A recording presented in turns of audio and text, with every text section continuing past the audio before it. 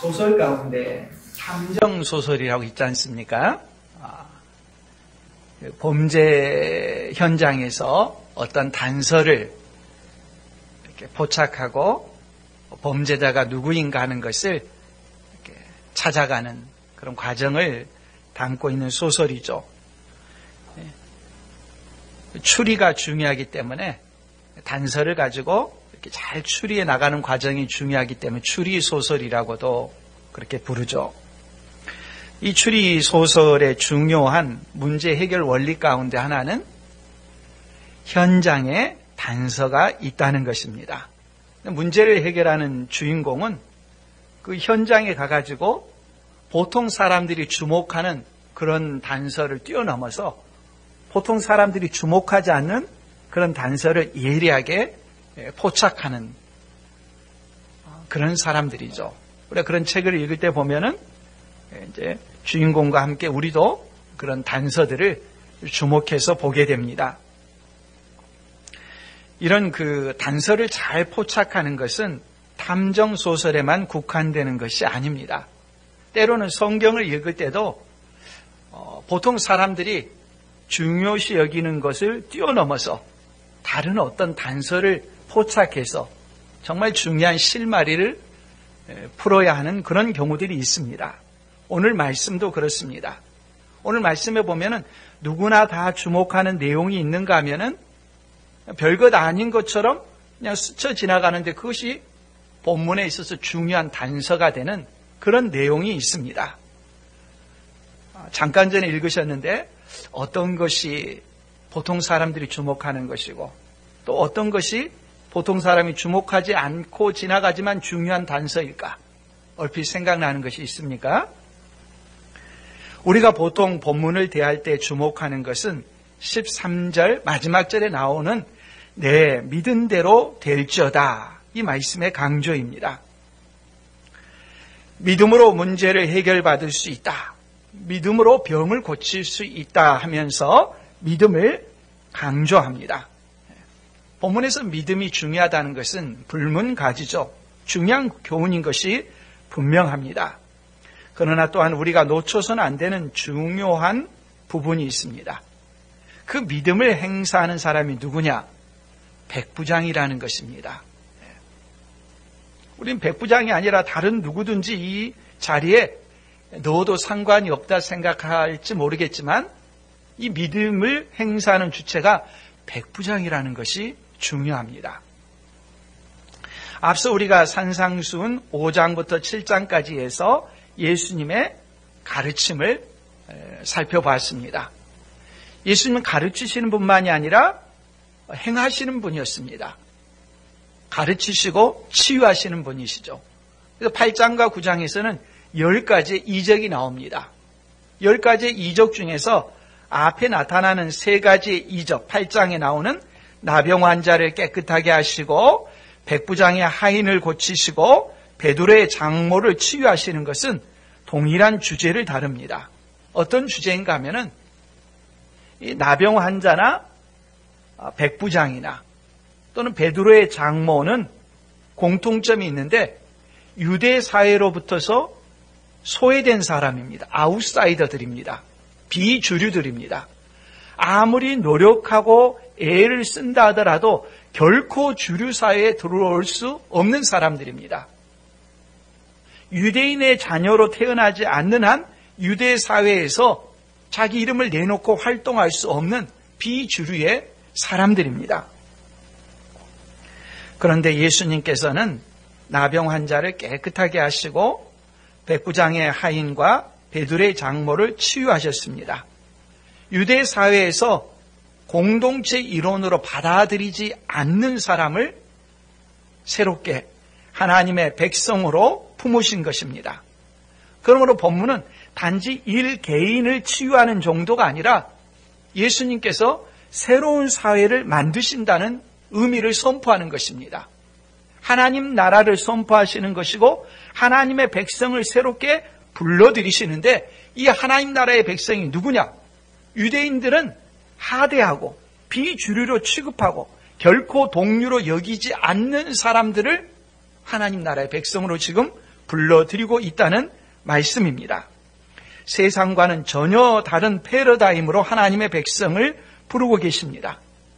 세상 사람들은 차별의 기준으로 작동시키는 인종이나 민족이나 성별과 같은 것들을 완전히 무장해제시키십니다. 하나님 나라는 새로운 기준으로 자기 백성을 부르시는데 오직 믿음이라는 기준입니다.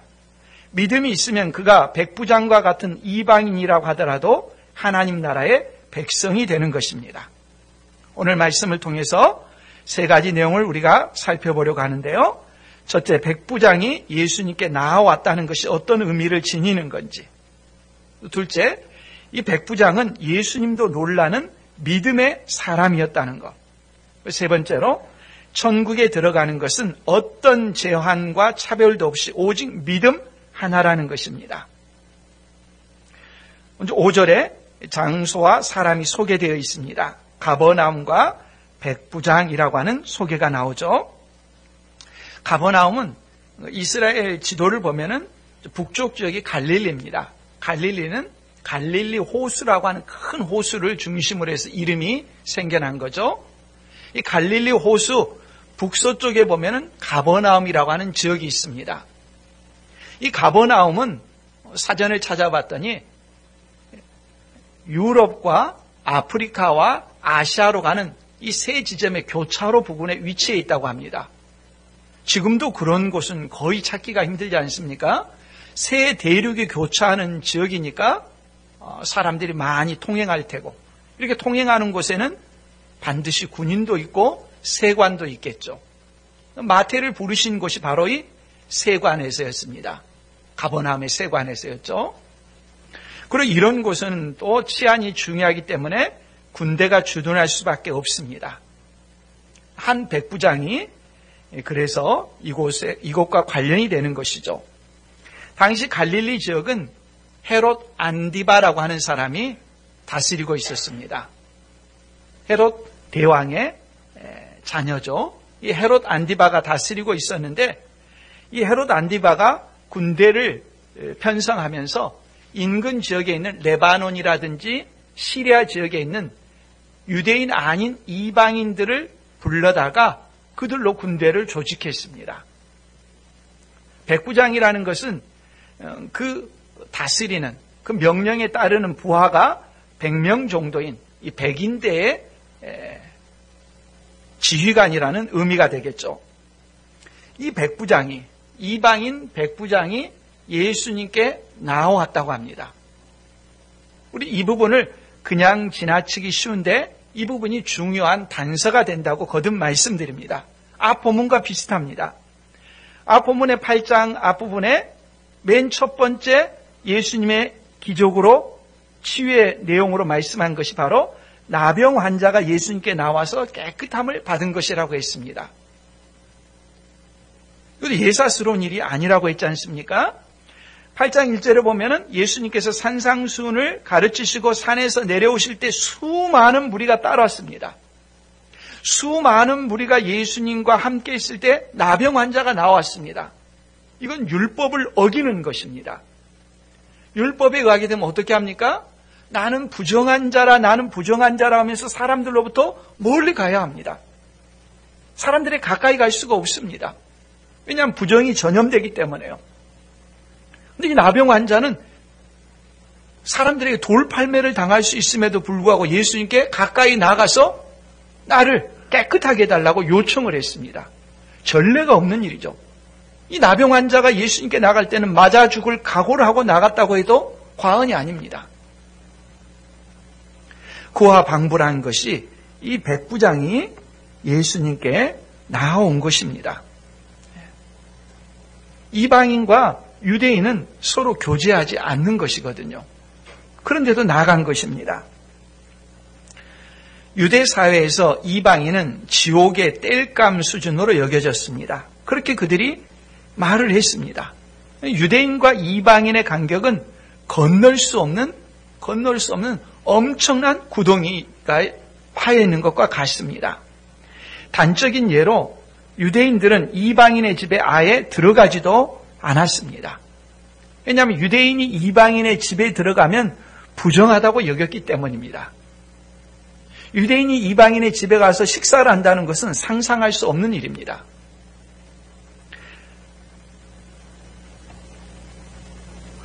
심지어 신약의 교회가 출범하고서도 이 버릇은 쉽게 고쳐지지가 않았습니다. 대표적인 예가 사도 바울이 베드로를 책망한 유명한 사건입니다. 갈라디아서 2장 12, 13절에 보면 사도 바울이 갈라디아 교회에 보내는 편지 가운데 이런 내용이 나옵니다. 야고보에게서 온 어떤 이들이 이르기 전에 게바가 이방인과 함께 먹다가 그들이 오매 그가 할례자들을 두려워하여 떠나 물러가매 남은 유대인들도 그와 같이 외식하므로 바나바도 그들의 외식에 유혹되었느니라. 이런 말씀이 있습니다. 갈라디아라고 하는 지역에 사도 바울이 복음을 전해서 교회가 세워졌습니다. 이 교회에 베드로가 갈라디아 교회에 갔습니다. 갈라디아 교회에 가가지고 여기서 게바라고 하는 것은 베드로의 또 다른 이름이죠. 원래 아람어 이름이죠. 이 게바가 갈라디아 성도들과 함께 식탁에서 교제를 나눴습니다. 함께 식사를 했습니다. 누가 급히 자기에게 알려준 것입니다. 지금 야고보에게서 사람들이 왔다는 거예요. 야고보는 예수님의 형제 야고보를 말하는데요. 당시 예루살렘 교회에 있어서 지도자였습니다. 근데 예루살렘 교회에 있는 성도들 가운데에서는 특이한 주장을 하는 사람들이 있었습니다.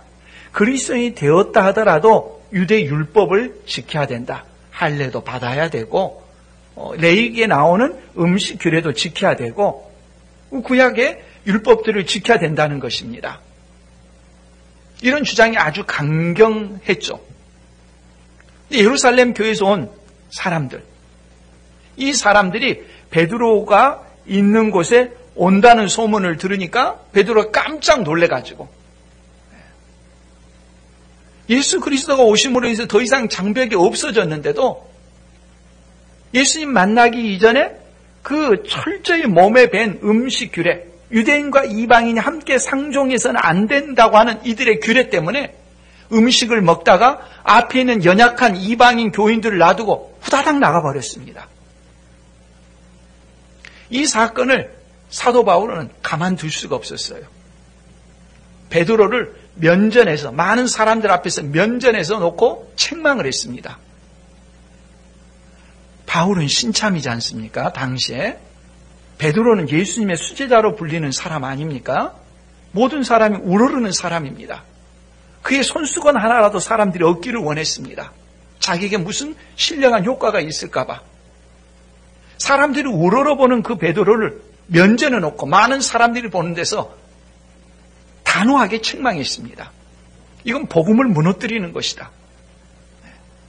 여기서 말하고자 하는 요지는 무엇인가 하면 베드로와 같은 사람도 복음의 은혜와 능력을 체험한 사람도 사도행전 10장에 보면은 고넬료라고 하는 이방인의 집에 가가지고 성령이 임하시는 것을 보면서 이방인도 교회 구성인이라고 선포했던 그 생생한 기억을 가지고 있는 베드로조차도 유대인과 이방인이 함께 식사해서는 안 된다고, 함께 식사하면 이방인의 부정함이 자신에게 전염된다고 하는 이 생각 때문에 물러섰던, 그럴 만큼 그들에게 뿌리 깊은 생각이었던 것입니다.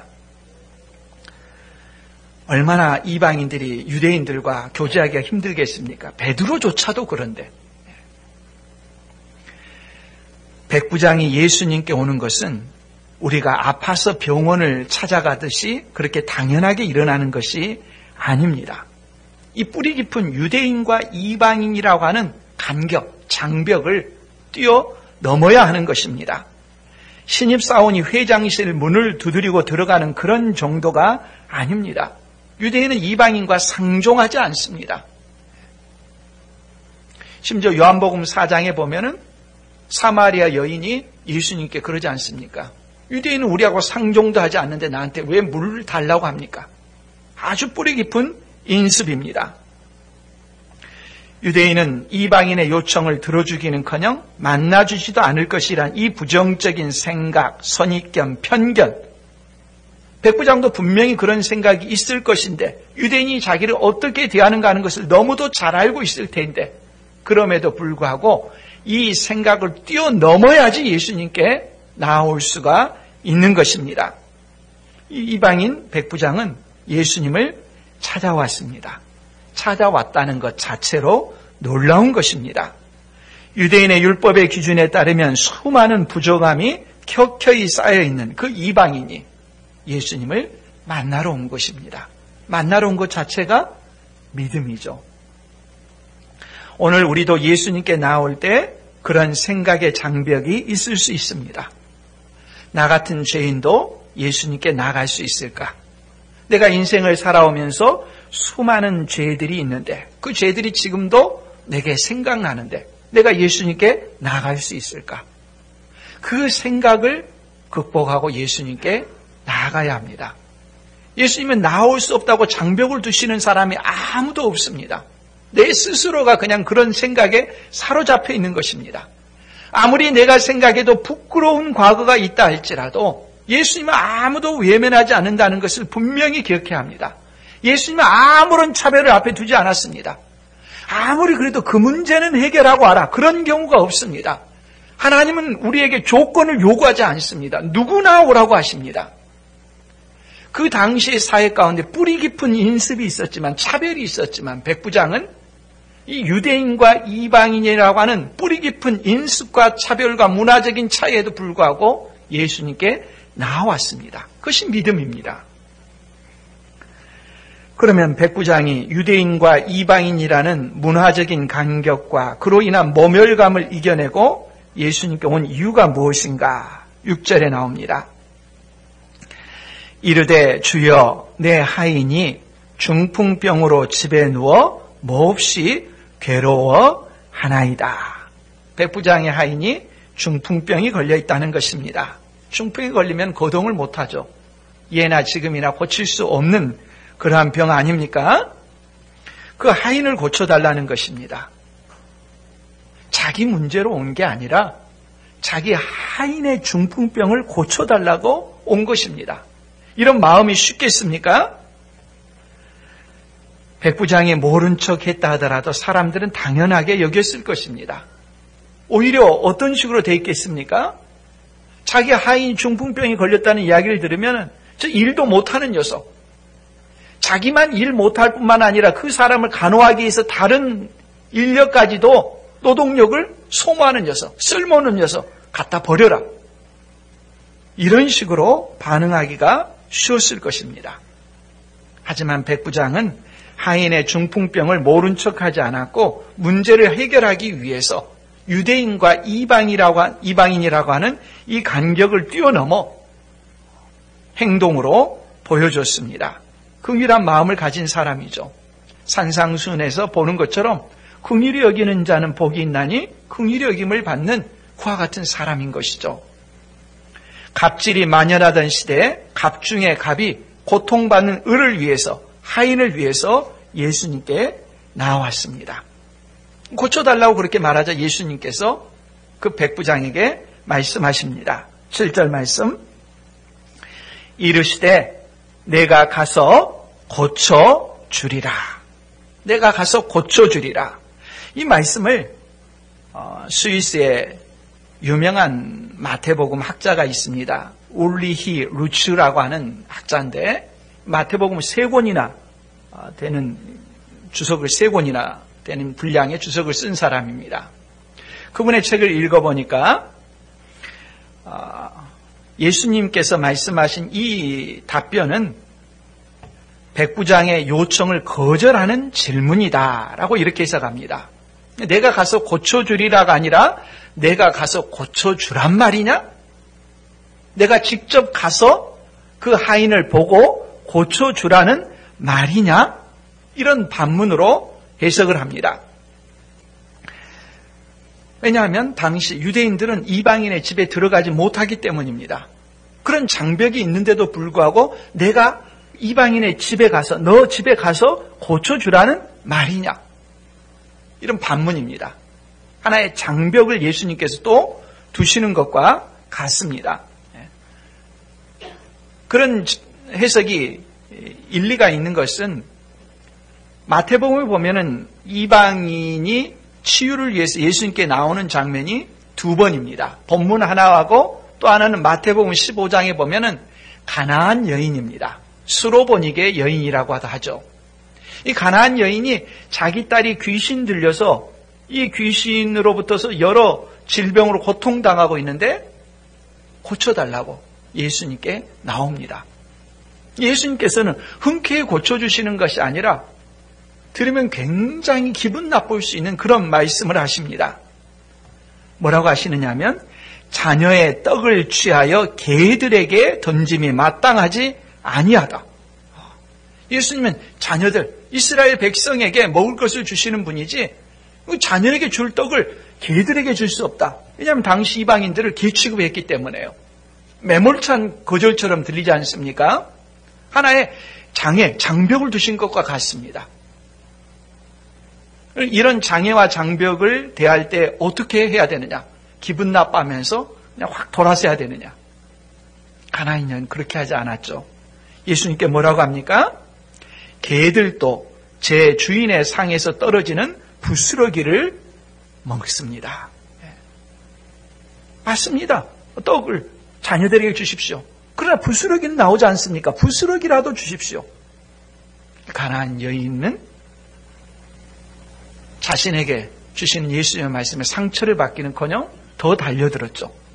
예수님께서는 그 여인의 딸 귀신을 쫓아내시고 고쳐주시죠.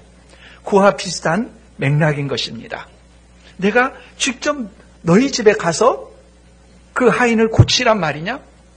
유대인들은 이방인의 집에 들어가지 않는데 내가 직접 가야 된단 말이냐?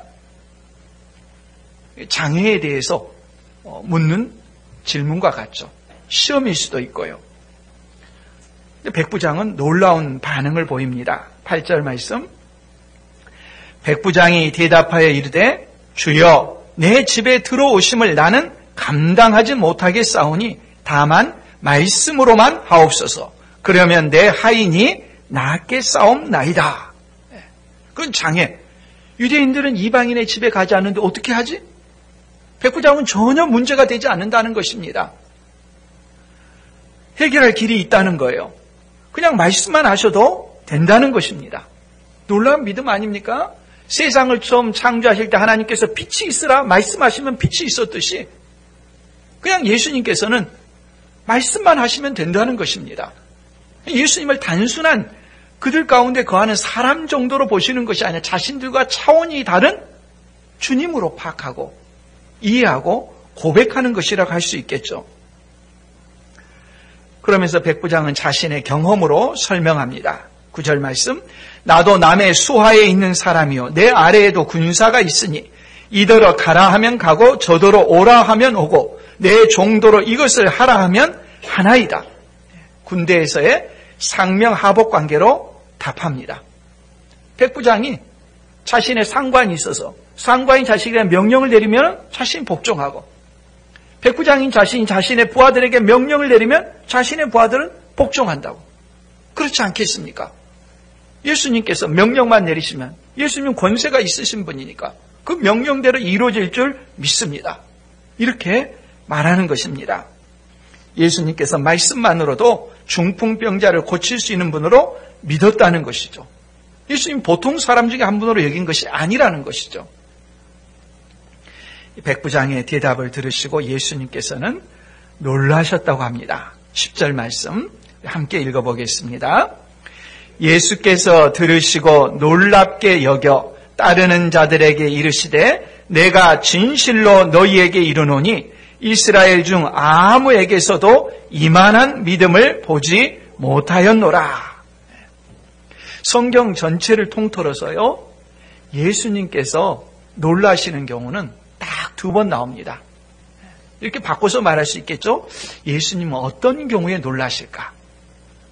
우리가 예수님을 놀랍게 하려면 어떻게 하면 될까?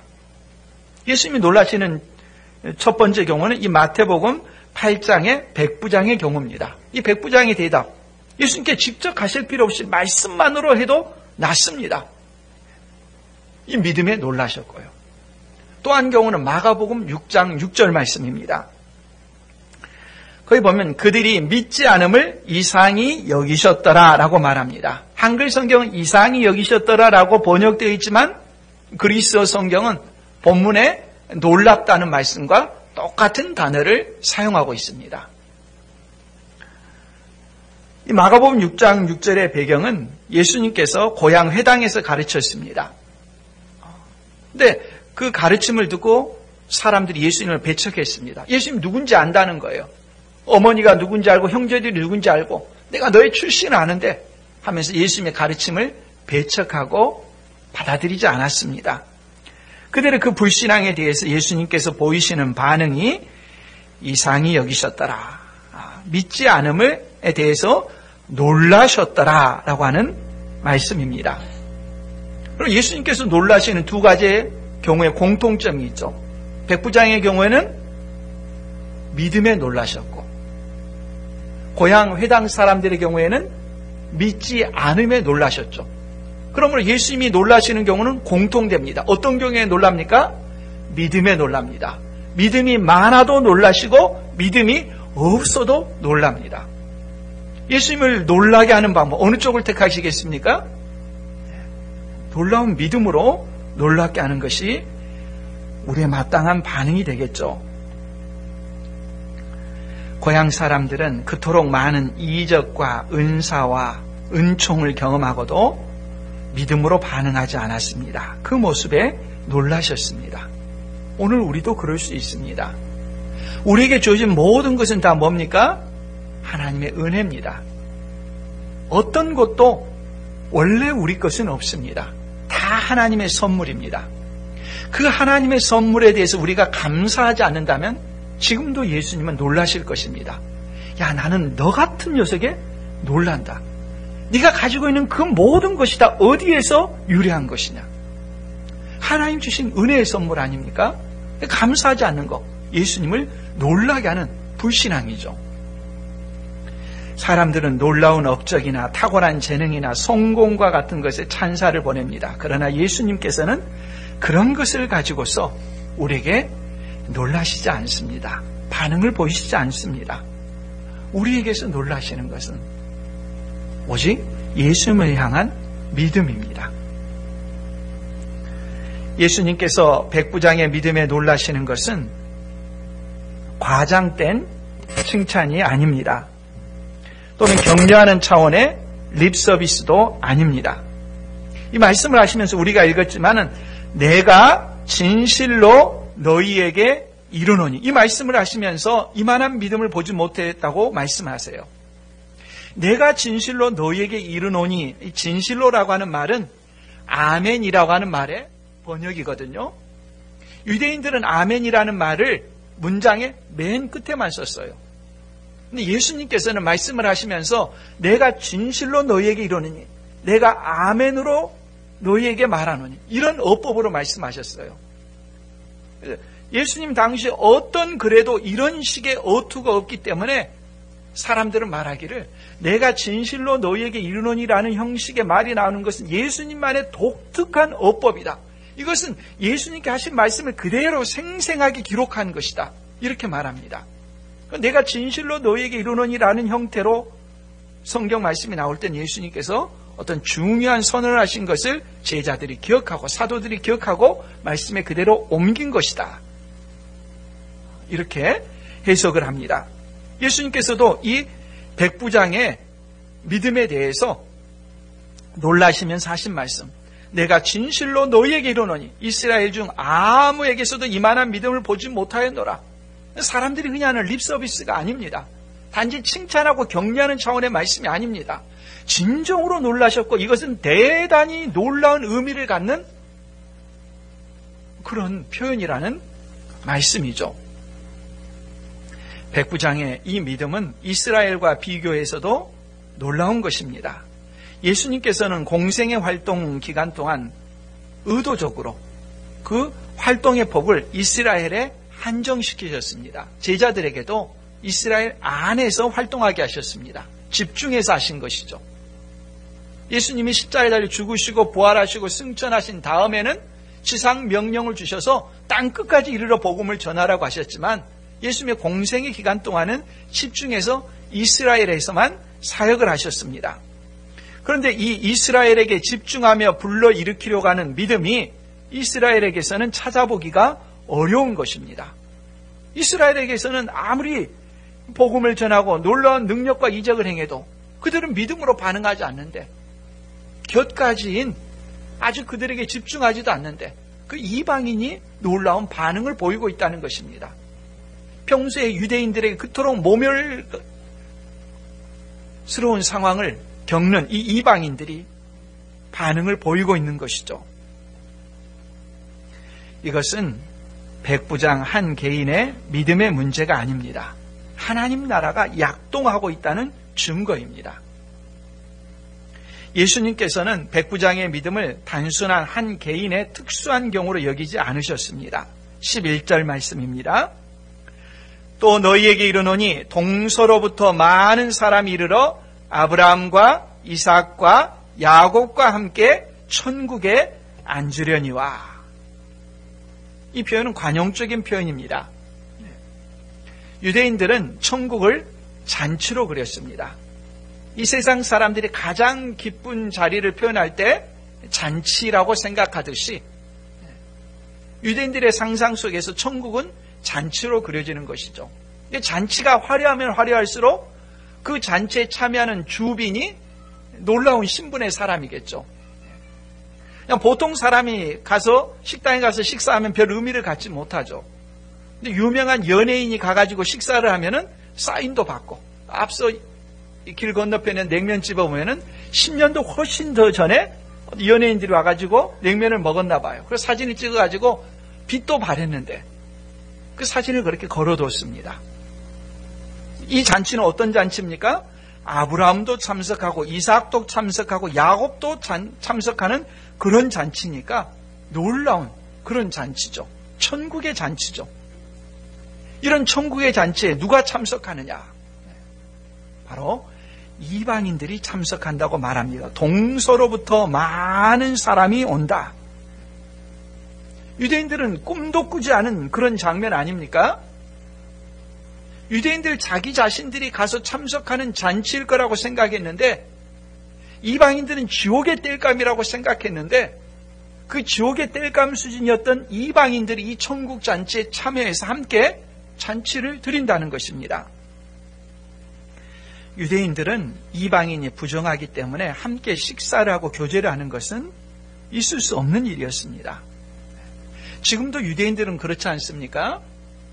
이방인들이 유대인들을 식사 자리에 초대하면 안 갑니다. 절대 안 갑니다. 왜요? 그들의 음식법, 정결규례하고 어긋나기 때문에 이방인들의 집에 가서 음식을 먹을 수가 없는 거예요. 그들의 방식대로 요리를 해야지만 먹을 수 있잖아요. 지금도 코셔라고 해서.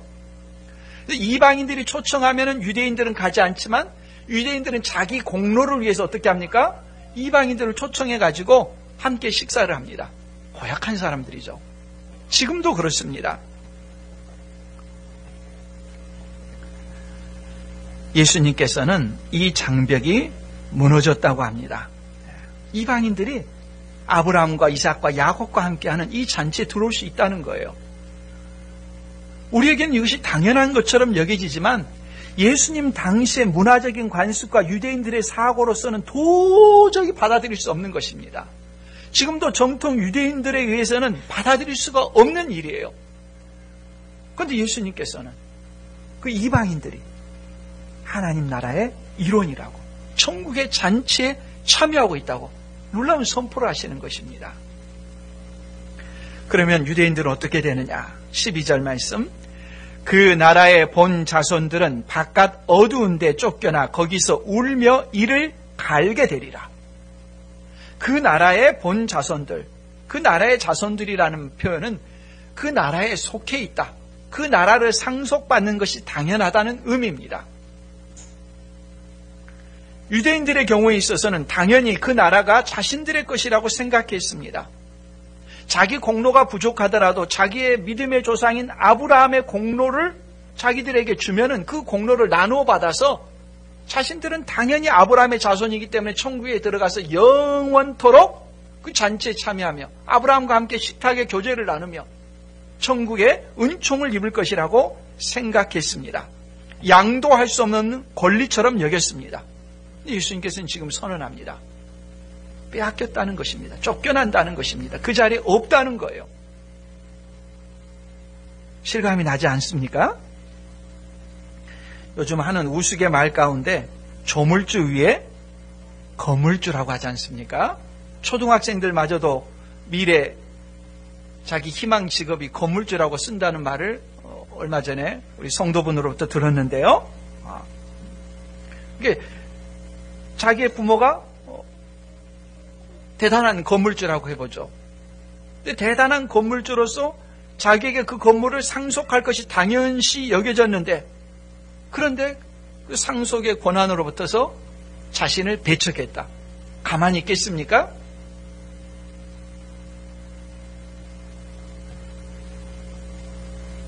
그보다 훨씬 더한 것이죠. 천국을 당연히 상속받는다고 여겼는데 그 자리에서 쫓겨난다고 말씀합니다.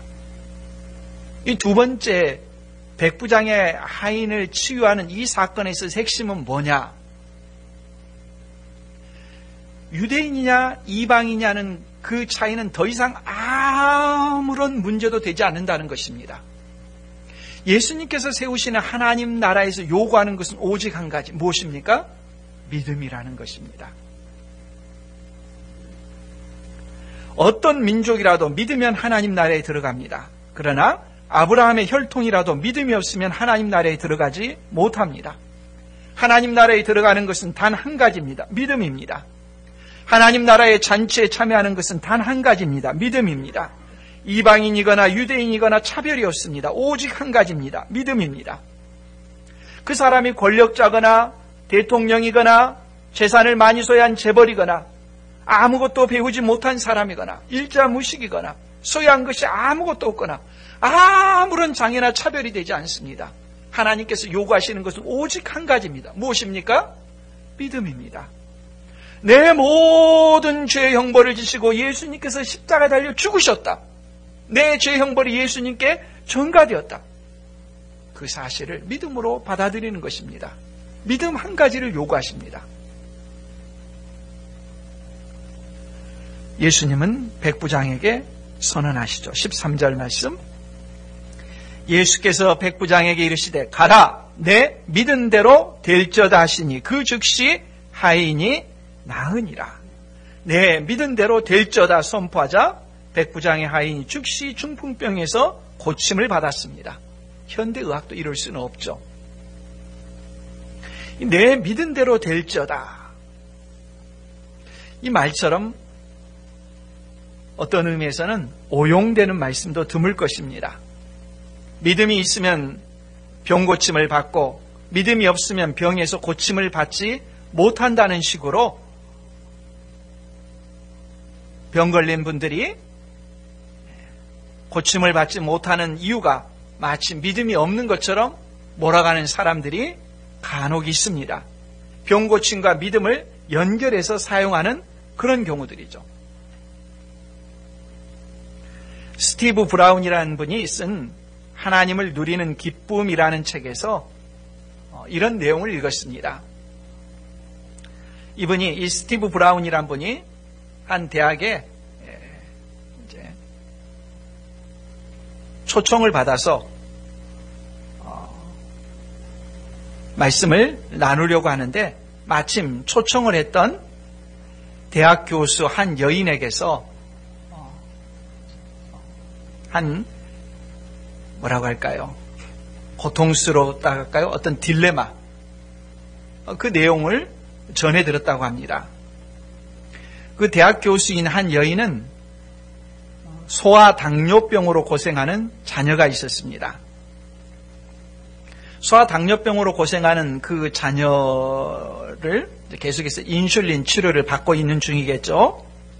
몇몇 그리스도인들이 이 대학 교수에게 와가지고 아이가 이미 고침받았다는 사실을 선포하는 것입니다. 그리고 이 사람들이 누구인가 하면은 다들 기도하는 사람들이었고 신실한 사람들이었다고 합니다.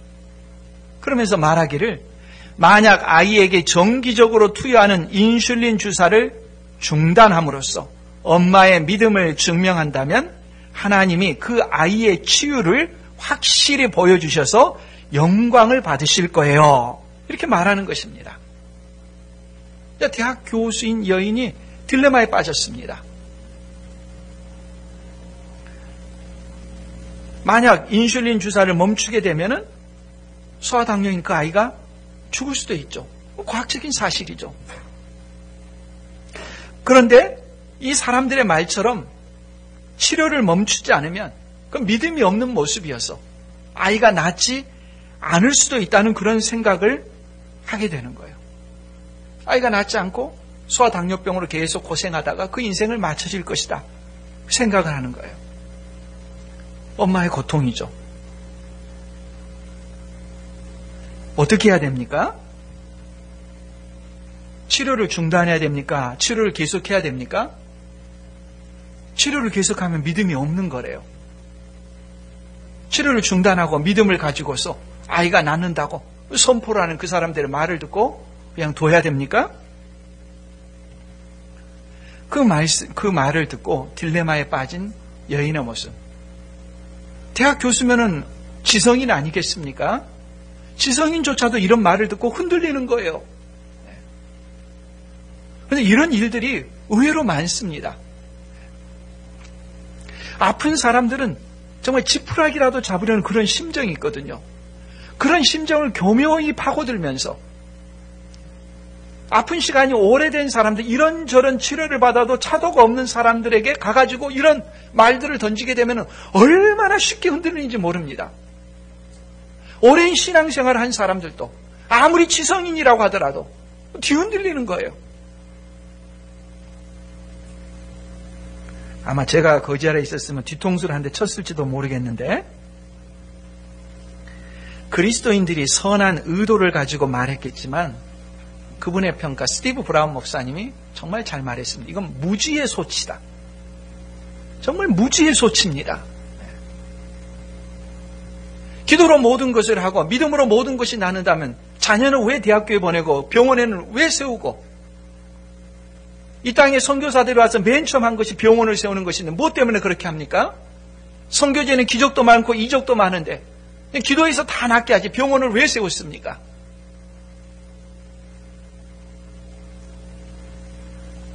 올바른 신앙이 무엇인지를 이해하지 못해서 일어나는 일들입니다. 그러면 이 스티븐 브라운 목사님께서 성경 구절을 한 구절 인용하는데 아주 적절해요.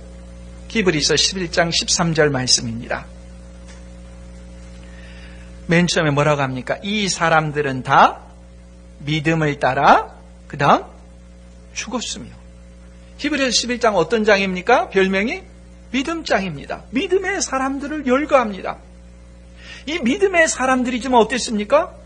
죽었어요. 믿음의 사람이라도 죽습니다. 믿음의 사람이니까 영원토록 질병을 치유받고 계속 생명을 연장해가지고 죽지 않고 그렇게 살아갑니까? 아니에요. 믿음의 사람도 이 세상을 살면서 그 명단에 보면은 사람들 한결같이 고난을 겪은 사람들이에요. 믿음의 사람이라도 고난이 있고 믿음의 사람이라도 고초가 있고 믿음의 사람이라도 질병이 있고 아픔이 있습니다. 어떤 경우에는 낫기도 하지만 어떤 경우는 평생을 병으로 계속해서 살아가기도 합니다. 우리는 그 이유를 잘 알지 못하지만 주님의 섭리 가운데 그 믿음의 사람은 하나님만 바라보도록 이끌어가는 과정이죠. 어떤 경우에도 우리가 확신해야 되는 것은 그와 같은 고난의 상황이 있다 할지라도 질병의 상황이 있다 할지라도 하나님께서는 그 사람을 버리지 않고 사랑하신다는 변치 않는 사실이죠. 중요한 것이 무엇인가를 알지 못한 채 몇 사람들이 그냥 하는 말을 듣고 막 흔들려가지고 정상적인 치료를 외면하고 별다른 방법을 취하면서 엉뚱한 일들을 하려는 거예요. 하나님의 사람들은 그 과학을 통해서 제공하는 그 약이나 치료의 방법도 사용합니다. 사용하면서 세상 사람과 다른 것은 기도하면서 받아들이죠. 주님, 이 약이 제게 잘 효과 있게 해주십시오. 주님, 이 의사 선생님의 치료가 제게 가장 적절한 치료가 돼서 부작용 없이 잘 치료되게 해주십시오. 받아들여야죠.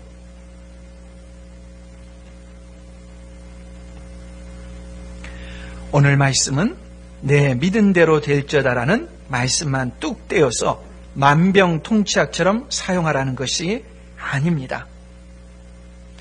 믿으면 모든 병이 다 치유된다면서 믿음 만능주의가 아닙니다. 많은 사람들이 오용하고 있는 본문입니다. 아픈 사람들을 믿음 없다고 책망하면서 몰아가지 말아야 합니다. 오히려 오늘 본문을 통해서 나은 사람은 백부장입니까? 백부장의 하인입니까? 백부장의 하인입니다. 믿음을 보인 사람은 백부장입니까? 백부장의 하인입니까? 백부장입니다. 아픈 사람에게 당신의 믿음이 어때서라고 말하지 말고 그 아픈 사람을 위해서 긍휼한 마음으로 기도하라는 것입니다. 아픈 사람을 이중으로 고통스럽게 하지 말고 믿음 없다고 책망하지 말고 그러한 내용을 알고 있는 사람이 백부장처럼 그 하인을 위해서 기도하듯이 주님께 나아가듯이 주님 앞에 나가서 기도하고 부르짖으라는 것입니다. 예수님께서는 유대인들이 만들어 놓은 모든 인위적인 제약들, 인종의 장벽을 다 무너뜨리셨습니다. 세상에 수많은 차별을 두고 있지만 예수님께서는 그런 모든 것들을 인정하지 않으셨습니다. 세상에서 보기에 우리는 자신을 알아줄 만한 아무런 것도 없고 그렇다 할지라도 하나님 나라에 들어가는 것은 아무런 장벽도 없다는 것을 분명히 아셔야 합니다. 주님이 우리에게 요구하는 것은 오직 한 가지 무엇입니까? 믿음입니다. 믿음. 모든 세상의 종교 가운데 구원을 받는 것이 이토록 간단한 것이 어디 있습니까? 무슨 고행을 요구합니까? 수행을 요구합니까? 엄청난 율법의 준수를 요구합니까? 아무것도 없어요. 오직 무엇입니까? 믿음입니다. 예수님께서 우리 죄의 형벌을 대신해서 받으셨다. 십자가에 달려서 예수님께서 죽으신 것이 내 죄의 형벌을 인합니다. 믿음입니다. 예수 믿음이 우리를 구원하는 것입니다. 하나님 나라의 백성이 되는 것입니다. 이 은혜를 누리는 우리 모두가 될 수 있기를 바랍니다.